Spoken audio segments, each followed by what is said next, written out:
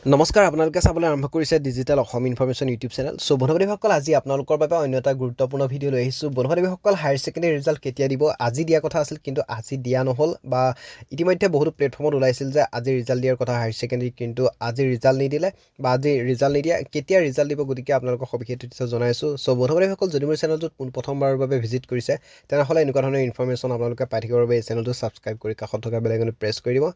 চ' বন্ধুবান্ধৱীসকল, higher secondary result কেতিয়া দিব? ইতিমধ্যে ৰণোজ পেগু ডাঙৰীয়াই, অসমৰ শিক্ষামন্ত্ৰী ৰণোজ পেগু ডাঙৰীয়াই উল্লেখ কৰিছে যে যিহেতু হায়াৰ ছেকেণ্ডেৰী ষ্টুডেণ্ট এবাৰ বেছি আছিল আৰু বেছি থকাৰ কাৰণে বৰ্তমানলৈকে বহি চাই আছে আৰু সেই নম্বৰ বৰ্তমান ছাবমিট কৰি আছে। গতিকে সেই হেতুকে মেট্ৰিক পৰীক্ষাৰ ৰিজাল্টৰ তুলনাত হায়াৰ ছেকেণ্ডেৰী ৰিজাল্ট দুদিনমান দেৰি হ'ব। আৰু বন্ধুবান্ধৱীসকল, আগতে মেট্ৰিক ৰিজাল্টৰ ওচৰতে হায়াৰ ছেকেণ্ডেৰী ৰিজাল্ট দি দিয়ে, কিন্তু বৰ্তমান যি ৰণোজ পেগু ডাঙৰীয়াই যি উল্লেখ কৰিছে যে ষ্টুডেণ্ট বেছি থকাৰ বাবে অলপ দেৰি হৈছে আৰু 20 মে'ৰ আগতে ৰিজাল্ট দিয়াৰ কথা ঘোষণা কৰিছে। আৰু ৰণোজ পেগু ডাঙৰীয়াই ইতিমধ্যে কি মন্তব্য আগবঢ়াইছে এই মুহূৰ্তত আপোনালোকক সেইটো মই শুনাব লৈছোঁ। আপোনালোকে সেই ক্লিপটো আপোনালোকে চাই লওক। হায়াৰ ছেকেণ্ডেৰীৰ ফলাফল দিয়াৰ কাৰণে আমি আৰু কিছু সময় ল'ম, কাৰণ এইবাৰ হায়াৰ ছেকেণ্ডেৰীত আমাৰ পৰীক্ষাৰ্থীৰ সংখ্যা পূৰ্বৰ তুলনাত 1,30,000 অধিক।